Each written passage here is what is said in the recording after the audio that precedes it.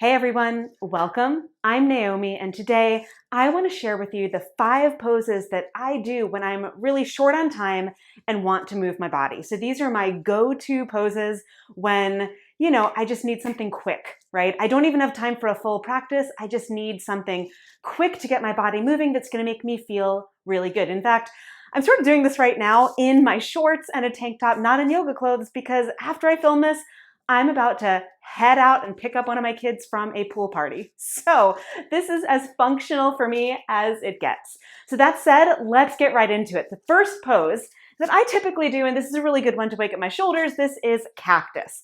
So you take your arms up overhead, make little claws, right? So like, rawr, like tiger paws, right? Like baby tiger paws. And then I do actually make that sound, by the way, that rawr, like almost every time. So animal sounds make everything better, don't they? So can you tell I'm a mom? Anyway, arms are up, fingers point towards the sky, and then you claw down through the air until your elbows come about to shoulder height, and then you reach back up. So you pull down and back up. So these are cactus pulls. Okay, now the key to these is, to keep your ribs moving back so you're not like cranking forward with your ribs. It's really just a shoulder action, okay? Ooh. Okay, and then after that one, you can release your arms, you can shake it out. Another go-to for me is to take triangle pose. So you can take your legs wide apart, right foot points toward that short edge of your mat, left foot points out. And triangle pose is basically you're bringing your left hand to your left thigh, shin, block if you have one, or floor. And you can keep your right hand at your hip or take it up. Okay, so whatever feels good. Now I have my left arm on the inside of my left leg, but you could certainly put it behind. I like having it on the inside of my leg because it just feels a little bit steadier. It allows me also to squeeze my leg against my arm so I can open up more through my shoulder. And then push down through your right leg to come all the way up, and you repeat on the other side. So left foot turns in, right foot out. Same deal. Now, the second side, you might not go quite as far down, right? Like this side might be tighter. On the other hand, you might feel more freedom, which I actually do on this side, although I'm still going to keep my arm on the inside because that's my preference. So take a full breath in here. Anchor through your left leg, full breath out. And then come all the way back up. Another one that I really like to do, so you can keep your legs wide, toes point slightly out. You come on down into a squat. Now this is a little bit less a yoga pose, right? You've got this wide squat.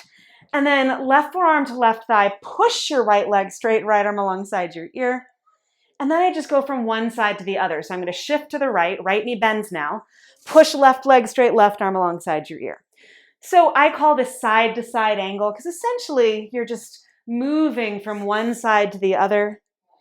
But I particularly love this one because it gives me lots of really sweet length through my side body. Whew. It just feels good to move.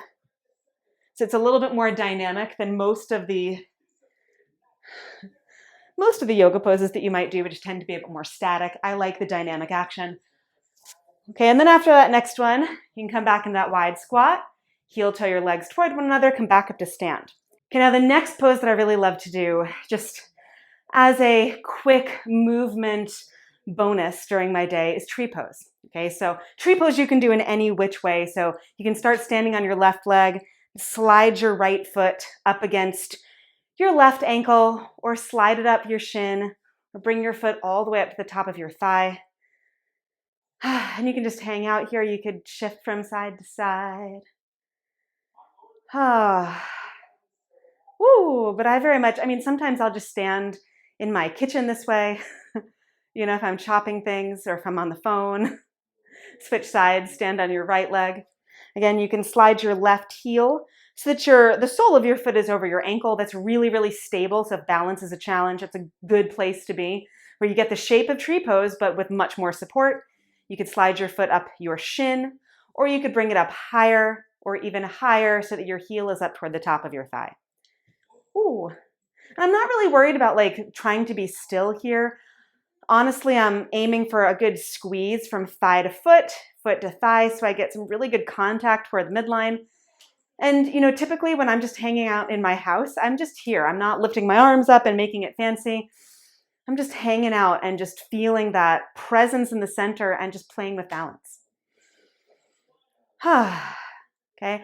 And then the last one is downward facing dog. Okay. Now, downward facing dog, I want to say if down dog is not particularly accessible to you because you have wrist stuff, let me show you what you can do instead. And I do actually do this one too. So you could do wall dog. So you would come on over to the wall, your hands go to the wall, and you walk your feet back, and your hips press back as you send your chest toward the wall. And you might even notice, it might be a little bit tough to see just on the angle, but I'm on my fingertips here.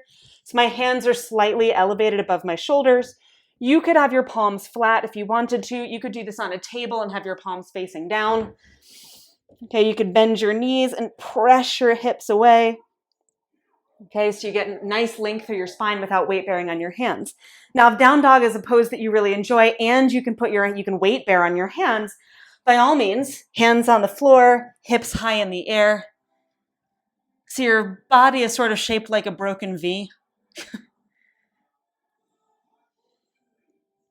And you might even wiggle from one side to the other. I'm a big fan of wiggling, as you might have already discovered. Whew. And in your downward facing dog, you don't have to get your heels to the floor. Your knees can be bent. Right? You can press through your hands and try to push your hips away while also stretching your chest towards your thumbs. Whew. And then when you've had enough of that, you can walk your hands back towards your feet. Maybe give yourself one more wiggle with your hands on your feet. Shake out your hair if you got it. And then push down through your legs, come all the way up. And that's it. That is my 5 poses of movement when I need a little movement. And again, I just did 5 poses. I might just do one of those, right? I might just do tree pose because I sort of need to feel one of my feet off of the ground. I might do triangle pose because I want to feel that full body, side body, hip action. And I might do downward facing dog when I just want to hold a pose and push my hands into the floor and my hips away and get lots of length through my spine. I might do cactus pulls if I want to wake up my shoulders. Okay, so for all of these, there is some reason for the pose, right? There's always going to be a reason. For those side to side angles, it might be, I just need some quick dynamic movement before I run out the door. Okay, so for each of these, they give you just one little bit of something that you might need. And I think that that's really valuable. I think that we tend to put a lot of value on long practices, trying to get sweat on, trying to have endurance, with movement, or trying to, just do a lot of movement because somehow we think that's better. But sometimes just one pose can make the difference. So next time you are in a pinch and you want to move your body, you don't have a lot of time, pick a pose, maybe one of these or maybe one of your favorites, and get moving. Your body will thank you. And I thank you for hanging out with me today on the mat. I hope this was useful, and I will see you on the mat again really soon. Until then, bye everyone.